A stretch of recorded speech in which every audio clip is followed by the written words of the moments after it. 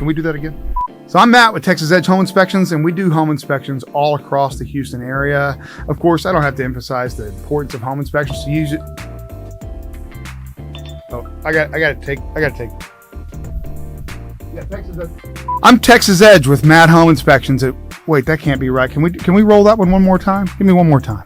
You guys, I'm Matt with Texas Edge Home Inspections and The Build Show. I'm a certified master inspector here in the Houston area, and I run a team of 3 inspectors. I don't need to tell you the importance of home inspection. We all know the importance of home inspection, but the important thing is to hire a good, thorough inspector that's going to do a good job and have your client's best interest, and that is us. You can find us at www.texasedgeinspect.com. Also, social media. We do all kinds of cool stuff there. Texas.edge.inspect is how you can find us across all platforms. Come check us out, guys. We want to inspect your house. Welcome, champions, superstars. I am Dave Santamaria, the National Director of Appraisal Marketing and Sales here at Champions.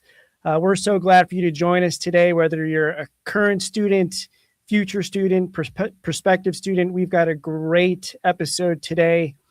Real quick, if you're looking to get your real estate license, loan origination license, appraisal license, and home inspection license, we offer all of the qualifying education to get those licenses in Texas and all of the continuing education as well. But today we're going to focus on appraisal. We have a very special guest. We have Debby Lawson from Merit Appraisals of Texas.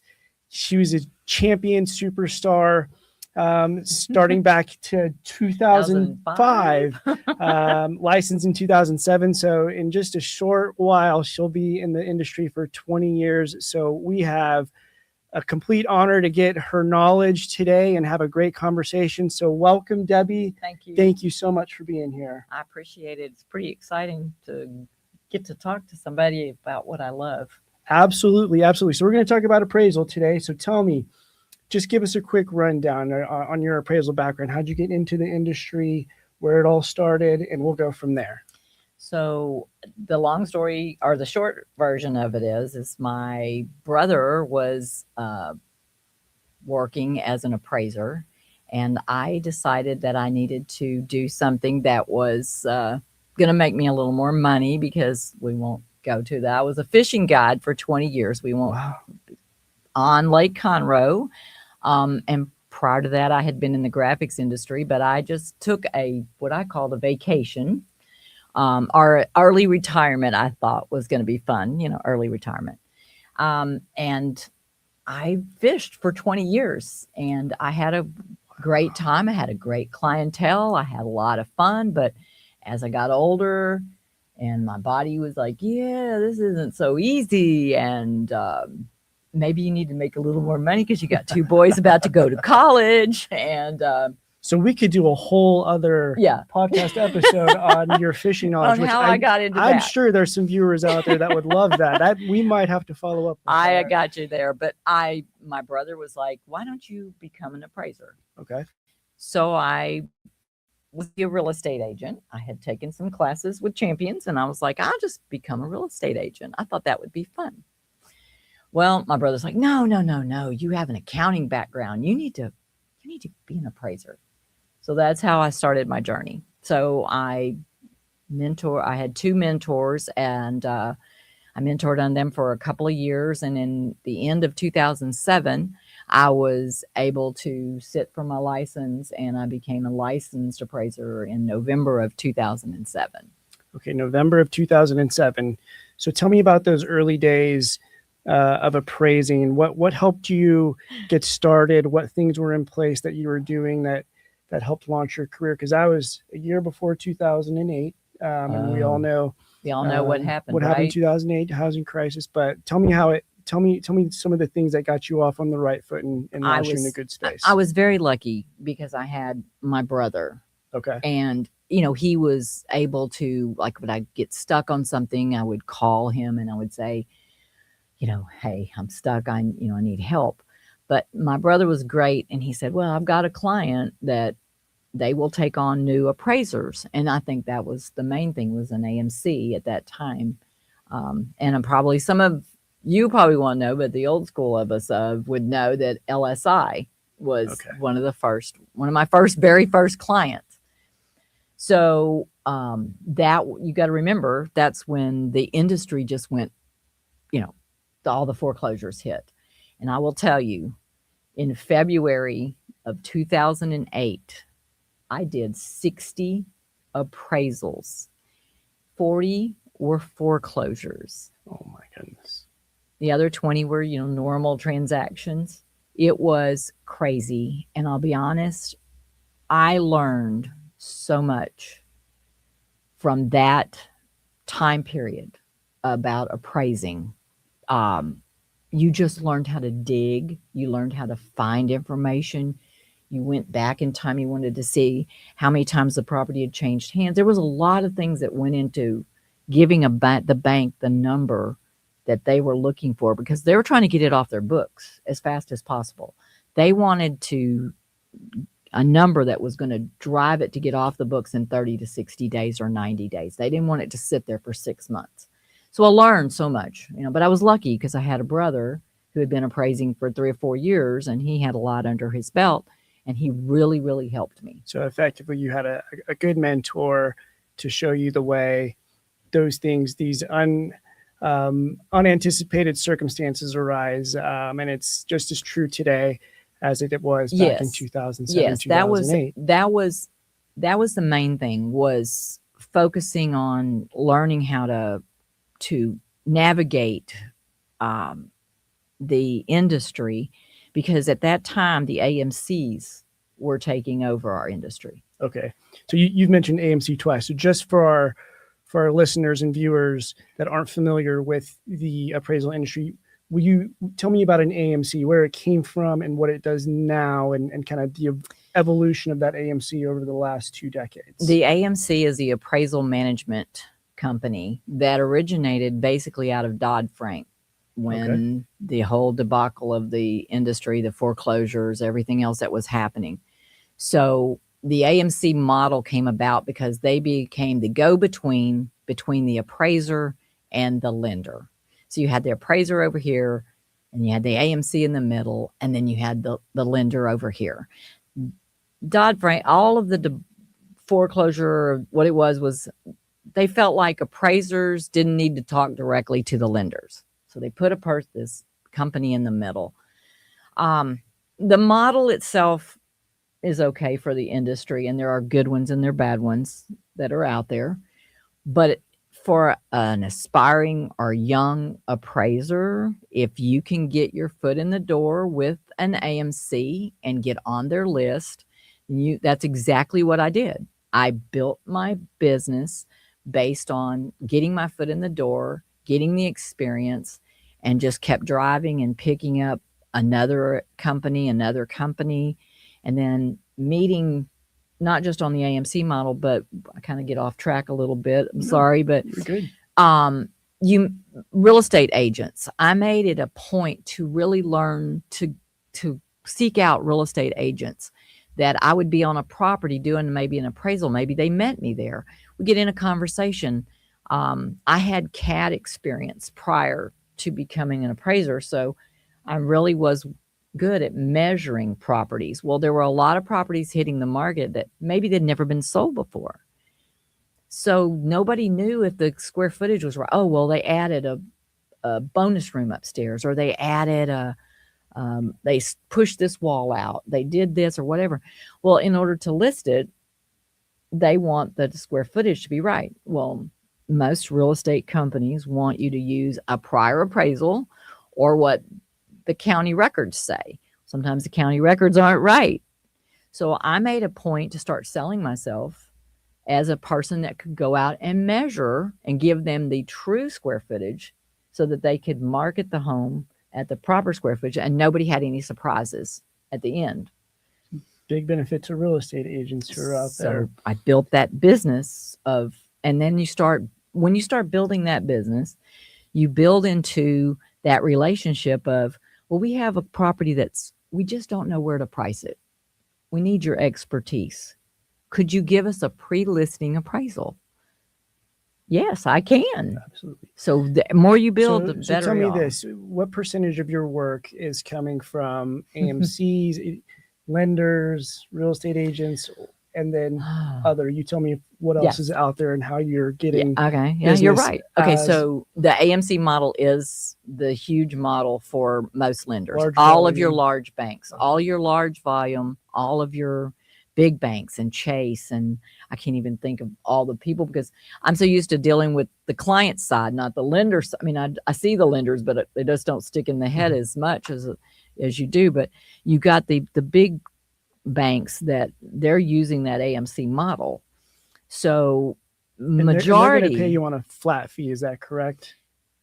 Most of the time they want a flat. They offer it to you, or you can counter. You can say, this is a complex property. I need more. It's going to take more time, more research. There's some room there. My comps are way outside the box. And again, that's my expertise. I do a lot of properties that most appraisers don't want to do. Okay. They don't want to spend that time. Tell me about that. Well, first let's go back. So we go back to both of us are like the same. We're on the same mode here. AMC's build probably the majority of my business still, because it's a model that I've gotten comfortable with, and I do have great clients. I will not lie. I have good clients. I really work hard for them. And they know that. And they know that if they have something that's really off the wall, they're going to say, okay, how much is it going to, how much is this going to take? So I have those good clients.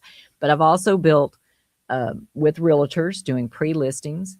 That's probably a nice little 10% or so of my business on a monthly basis. Just measurements sometimes, we handle a lot of those. We do some luxury home pre-listing appraisals.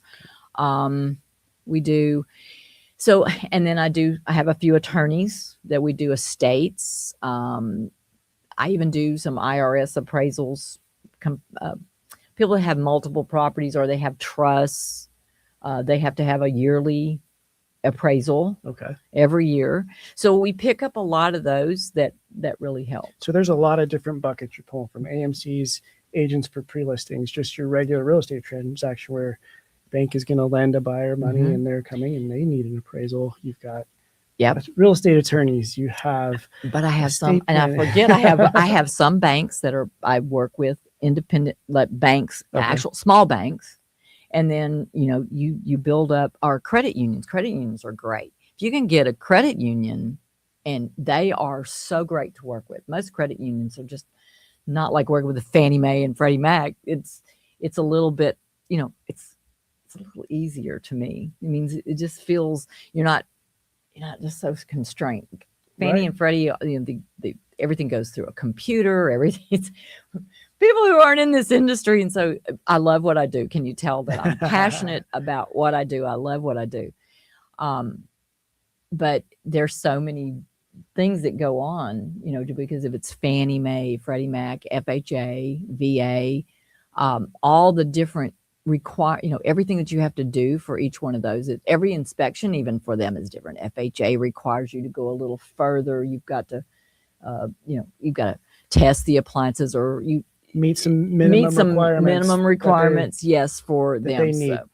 So measuring the distance from how far, if you have handrails on the steps, all those, it's just little things, that you have to take into consideration. And I know we're getting off a little bit. I think you're giving such good information for those people who are interested in the appraisal industry, and for current appraisers already, because they might be wondering, how do I, I've been doing this work. How do I get more work? And speaking of that, we'll circle back. I'm not forgetting about your comment about some different kinds of appraisals. I want to circle back to that. But before that, I've really been thinking, while we've been talking about how you bring one of the things that brought you to our attention is that you bring other people into the industry. And I think that is so incredibly important right now for all appraisers, because we're at a time where the appraisal industry is, from what I read, or National Association of Appraiser Conference, Association of Texas Appraisers, any of the Appraisal Institute publications, we know that the industry is what they say is aging out. Yes. And you're going to have an exodus of appraisers, and you're going to have a shortage of workers, but work to be done. Yes. And there's a gap. So they've created ways to maybe try and help people come into the industry to try to make it a little easier. Those are ongoing conversations. But what do you do specifically to bring in new people? Okay, so at the moment I have one trainee, but we have another champions student coming in Awesome. probably next week. We were supposed to meet tomorrow, Future but superstars. we're so busy. We're really busy. So we were like, okay, we can't get you in tomorrow, but she's been in the field with us. She actually did go in the field and spend a day with us, and it was raining. This is not a glamorous job. So I'm going to tell you right now, I mean, it's okay. This is because I don't have, when I leave here, I'm going to probably get rained on. So it's going to be a fun day. But, I love what I do. I really do love what I do. But getting into this industry has been very, very hard for a lot of people. I get a lot of emails, asking me to take on another trainee. And it takes time to take on a trainee, and it takes time to get a trainee up to speed to where they are really beneficial to you. But there are ways to do it. And I've had 2 other trainees prior to this one. And I really wish if the business keeps coming in, I will take on more. This is what I want to do. I could not appreciate your mentality more, because of a lot of what we hear out there is, I'm going to take the time to bring that person on, and then once they're licensed, they might be able to go their own path. Yeah. But that's one way of thinking of it. However, you kind of have a different approach of tell me more about what makes you lean the other direction. No, I am going to take this person on. Okay. So, we had everybody knows that if you've been in this industry or in the real estate industry the last few years, we kind of, the interest rates went up and business kind of went down a little bit. So, I was, trudging along by myself again. I didn't have any trainees, and I didn't even have an assistant. I was trudging along, and then interest rates started dropping a little, and we started seeing more and more work come in. And I had a girl working part-time that was helping with the office side of it, which is the part I don't like. I don't like that part. I don't like the bookkeeping part. Although I went to college to be a CPA, I didn't like that part. So I went to, I'm a member of the Association of Texas Appraisers, which is a great group. Yes. I'm a member of the National Association of Appraisers. I highly recommend, even if you're a trainee, if you just have your trainee's license, it's like $50 to be a member. It's so worth it, because the people that you will meet, if they come to Houston, like we did one in Houston last year, you just get to meet a lot of great people. So it's very well worth it. So we had a little ATA social, and we were trying to get more Houston appraisers to join the Association of Texas Appraisers. But we had a lot of trainees there. So I got to talk to a lot of trainees and, meet people. And I happened to meet Dasha, my trainee at this time. And she lived, this is a good one, because she lives in LaPorte and I'm in Willis, which is Lake Conroe, if you're not familiar with Montgomery County. So on a drive, how long does that take? It's an hour and 15-minute drive. Hour and 15 minutes if away. The traffic's not bad. Oh, there's going to be traffic because we're in Houston, or the Houston surrounding areas. She said, "Oh, you're so far away, but I really would like to train with you." Okay. And we just, you hit you hit it off. You just felt like it was a good match. Okay. And so she went out, and she had went out in the field with another appraiser on that side of town. And about a couple of weeks later, I got a call, and she goes, "Would you be willing to take me on as a trainee?" And I said, "Yes." And she goes, "Well, I have family that live in the Conroe area, so I can stay with them a couple of nights a week, and that will work." So she's been with me 6 months. Okay. She's been with me 6 months. She started first part of September. I won't tell you that we've been really busy. So she's like got 2/3 or more of her hours already. So she will have her hours before she's even eligible to sit for her test at the 1 year mark. That's incredible. She's also a real estate agent, so I got to go there. So it has been a plus because she had that experience of how to navigate through MLS, how to navigate through the CAD records, so she understood homes. And I'm not opposed to anybody who doesn't have CAD, or have MLS or real estate experience, but it was a plus for us. And I think that's one reason she's moving so fast. It's a great message to our real estate agents, even our students that are seeing this, because there might come a time in your career as an agent where I talk to them a lot of time. They've said, I'm so interested in doing appraisal. I'm so interested in doing appraisal, or they just want an extra source. They want to diversify and get new experience. And they talk about lending or inspecting or appraising, but having that real estate knowledge, that agent knowledge, and then moving into a field like appraisal translates because there's a baseline there of an understanding there of the transaction and the market. Yes, and how the market works. And you do have to take off that real estate hat, I call it, and put on the appraiser hat. You change it. You have to. You become very objective. She has noticed that, and so she just wanted to expand her career, and I understand that. Now, what we were trying to get to was I have a different approach. I'm 69. I'm going to tell you all that. I don't like telling you that. And I know that I'm not ready to retire. I'm really not ready. And I'm a tech person. I do use I use an iPad in the field. I've got all the programs. I'm dipping into the little bit of AI. I'm always using what's there for me to use in the industry. So I know, though, that I want to take a step to the side. And so anyone that I'm pretty much bringing in we have an understanding that I don't want you just to train and leave. If you want to do that, that's fine. But I want you to be a partner in my business. I want you to inherit something that I don't have anybody else to give it to, that I've worked 20 years to build a clientele and a reputation. I want to be able where I'm not in the field every day, where I'm behind the scenes. I'm also picking up new business. I'm also consulting on the difficult stuff, and maybe also training more people for the industry.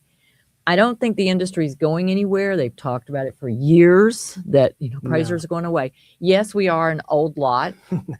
There's a lot of oldies and there's a lot because of the new 3.6 that they are I'm retiring. I don't want to deal with it. Doing it for 30 years. I don't want to deal with it. They're done. But the thing is if you're out there and you do listen to this, you have so much knowledge. Why not share that knowledge? Absolutely. Take on a trainee.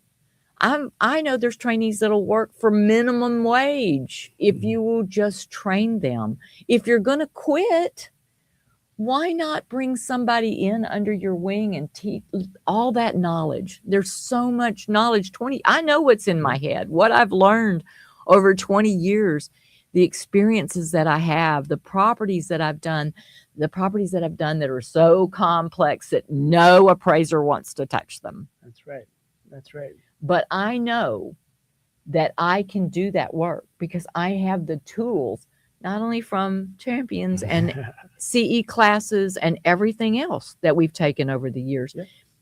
You learn the tools that are necessary to extract those numbers out of the market and figure it out. Absolutely. Are you ready to pocket $2.8 million in commissions? Well, let me show you how. My name is Kenya Rivas, and I'm here representing DR Horton, our Southwest division. And we have so many specs and so many homes in inventory ready for you to come with your leads, with your buyers. We will help you every single step of the process. And with that, our normal commission is around 4%, but we have homes up to 6%. That is all that chance that you have to be able to pocket all of this commission. And we're here to help you with every single part of the process from beginning to end. And we also have great incentives for all of your buyers when it comes from the financing side. We know how hard that can be, sometimes trying to find the best deal for them. But for that, we have our own in-house lender, DHI Mortgage, and Brent Hughes is here to give you a little more information on what we offer. Thank you. My name is Brent Hughes. I'm with the in-house lender, DHI Mortgage. We basically team up with our sales agents and help them qualify their customers before they get here. We're here to answer all questions about rates, what they offer, what the qualifying scores are. We'd like to help you guys get your people qualified before they walk into the home. And then once we do that, then they can shop around and look at different neighborhoods. One of the things that we do a lot of is we go through each step of the process. We help the customer understand what a loan is, what's required, their history. We just try to make it as comfortable as possible, just basically because most people don't get loans for homes every day. It's a very stressful time, and we try to make them as comfortable as possible. That's correct. So come see us. We do have homes in every size, every format, every kind of floor plan. We're there to help your buyer in any stage of their home buying process that they're in, and also in their journey in life, right? So come check us out. My contact information is 832-955-6521, or you can email me at kgrivas@drhorton.com. And you can reach me at 281-744-5037. My email is bhughes1@dhimortgage.com.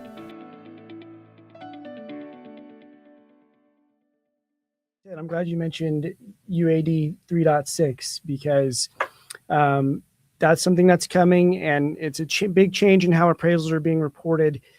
We here at Champion. So for those of you out there that have been waiting, it's coming November. Everyone's going to have to switch to UAD 3.6. They kept saying it was going to be sooner, but November. And November is going to be here before we know it. We actually have a 4-hour. It's called a roadmap to the new URAR. It's a course, 4-hour course specifically designed so people can sink their teeth into what's coming and kind of get the meat and potatoes of what they're going to need to know for that new reporting system. And it's taught by a guy named Josh Wallet. He's I know who Josh Wallet is. National Association Appraiser Instructor of the Year. So a great instructor, a great course. We have one coming up in June.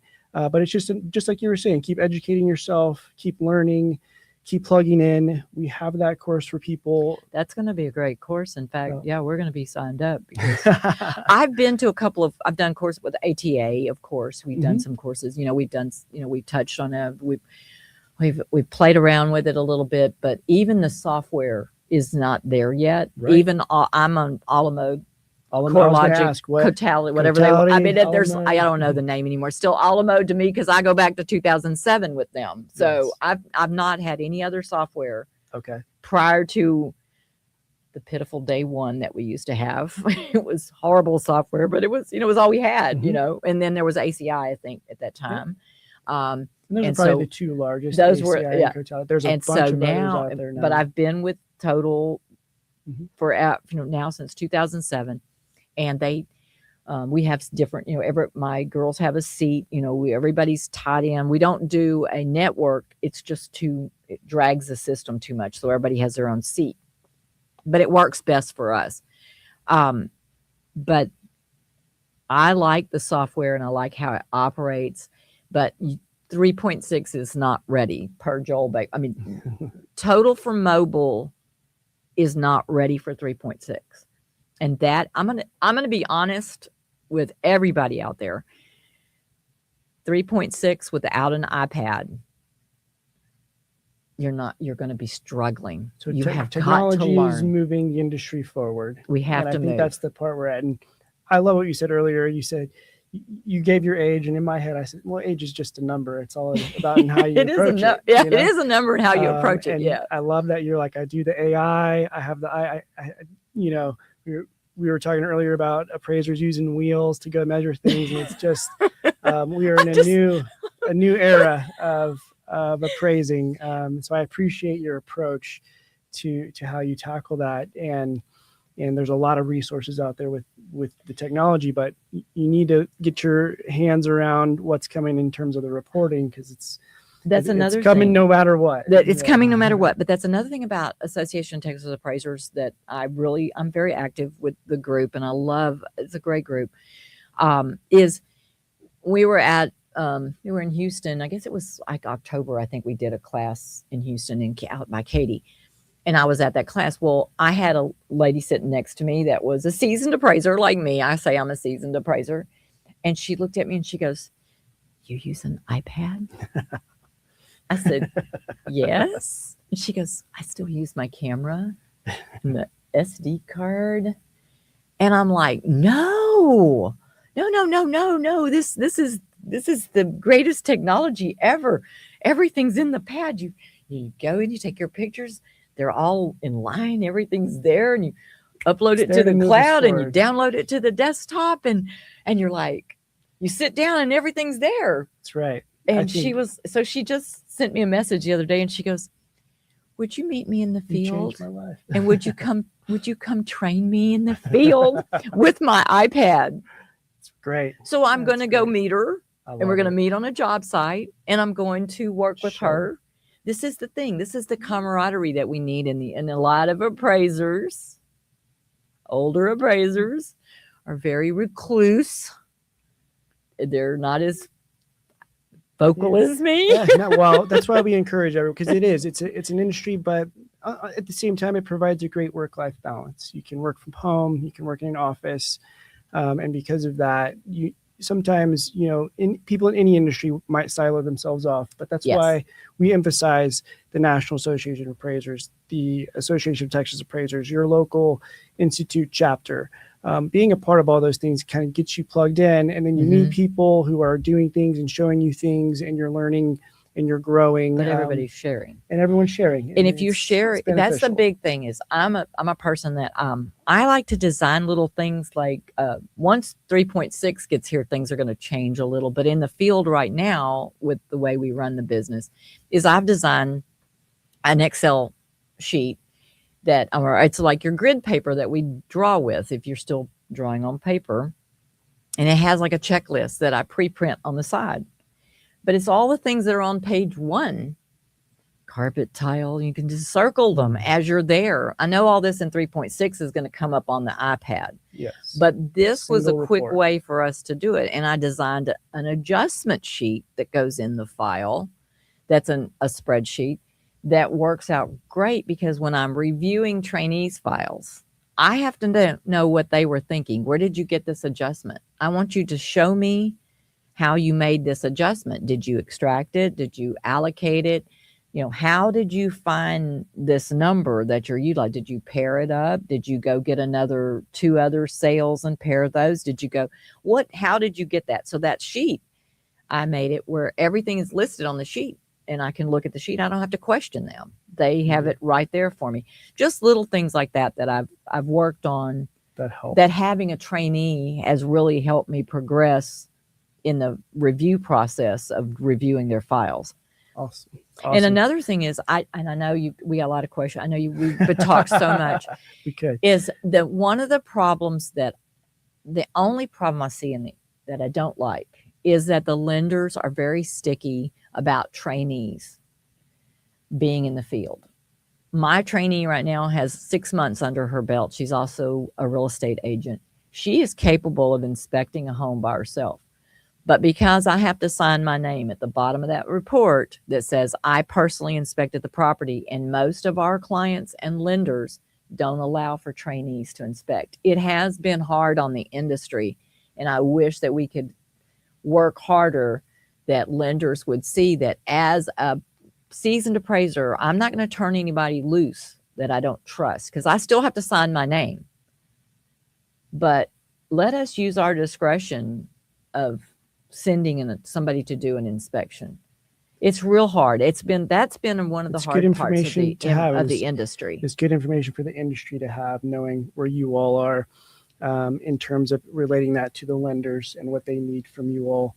So it's just very helpful to hear it from the industry itself. One last question I have, or I actually have 2, but one, I know that May 15th is coming up, and that's a big day.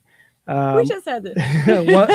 What's going to happen? Spot here. So May 15th, what do you see happening if interest rates go down at all?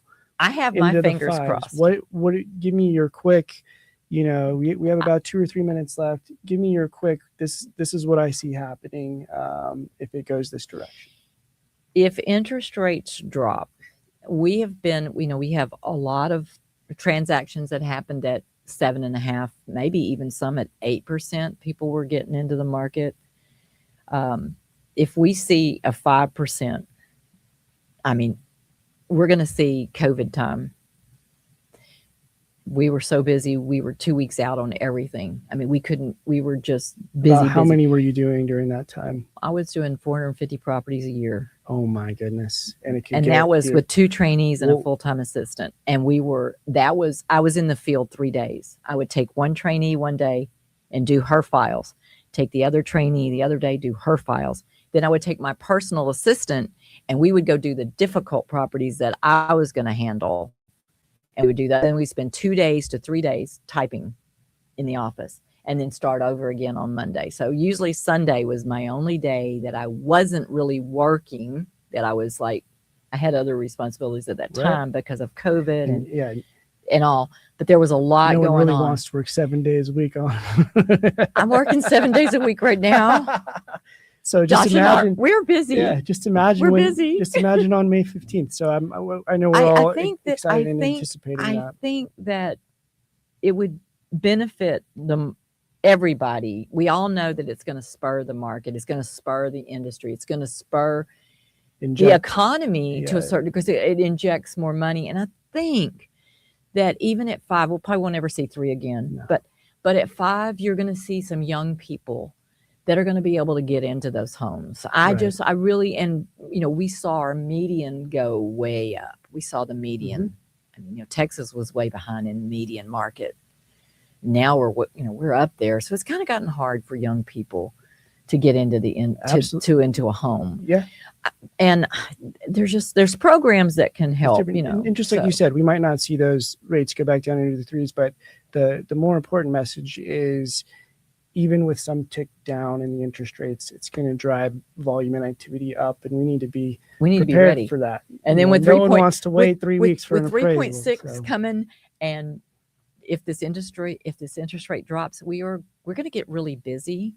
We're going to get really busy. So as trainees or future appraisers, it's out there. You got to find the right person and talk to that. If you find somebody in your area that's an appraiser, say, can I meet you and have a cup of coffee? And could we talk about, what could I do to help you? Even if it's minimal, to get me started in the industry. I think that you just have to have to sell yourself. It's person-to-person action. It's not just sending an email or sending an email with a resume or whatever. It is picking up the phone and talking to that person and seeing if you have a connection and say, hey, I'm willing to do this. I'll work 1 day a week. I'll work 2 days a week. I'll work whatever it takes to get into this industry, because it's been good to me. I'm not gonna lie. But I'm a workaholic. I will be honest. I am a workaholic and I love what I do. You can tell I'm passionate about it. Well, but don't give up as a trainee. Don't give up as a aspiring appraiser, and don't give up. No, that is a great message to anyone looking to get it, because I know that there's folks out there that have been looking, working, doing exactly what you're telling me to do, and the messages keep going. There's people out there like Debbie who are ready for you. It's just finding them. So I could not be more appreciative of your time today. Well, thank you. And insight.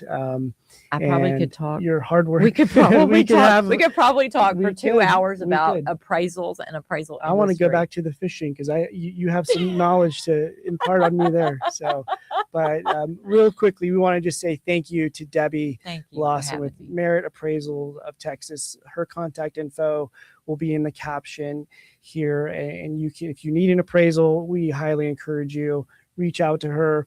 20 years of experience, 20 years of experience.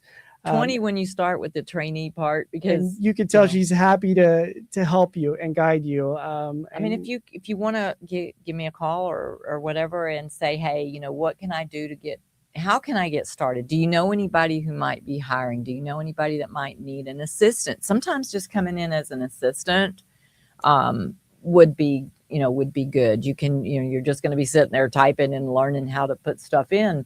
But trust me, that's important. Being able to read an MLS sheet and how to find CAD records and I used to have an assistant that she would dig up a floor plan and she would say, I got you a floor plan for this one for your inspection. And I'm like, where did you get that floor plan? She goes, I found it on Google. I'm like, that's right. Trainees have a lot to offer to bring to the table so you as have, well. You have a lot of skills to offer to get your feet wet and to get in the door. And I think if you're a techie person, like most of the younger people that I know, I have granddaughters. It comes natural. Granddaughters, and they're like way above me techie, and I'm trying to stay up. But you can use that knowledge and say, hey, 3.6 is going to be a new trial here. I can help you with 3.6. I know how to run the iPad. I know how to do all this. That is a great selling feature for yourself. It's going to be a big need there as it continues to evolve. So, well, thank you so much again for your time. It's been a pleasure having a conversation. If you, again, need any of your real estate education licensing, your appraisal education licensing, loan origination, or home inspection, we also have designations and certifications. Come see us. We do it in person. We do it online. We do it over Zoom. We have great instructors, great teachers, great guests, and just so much knowledge for you. But we appreciate you taking the time to tune in with us today. It means so much to us. We hope you have a wonderful day and look forward to you being a champion superstar one day as well. Thanks so much. Thank you.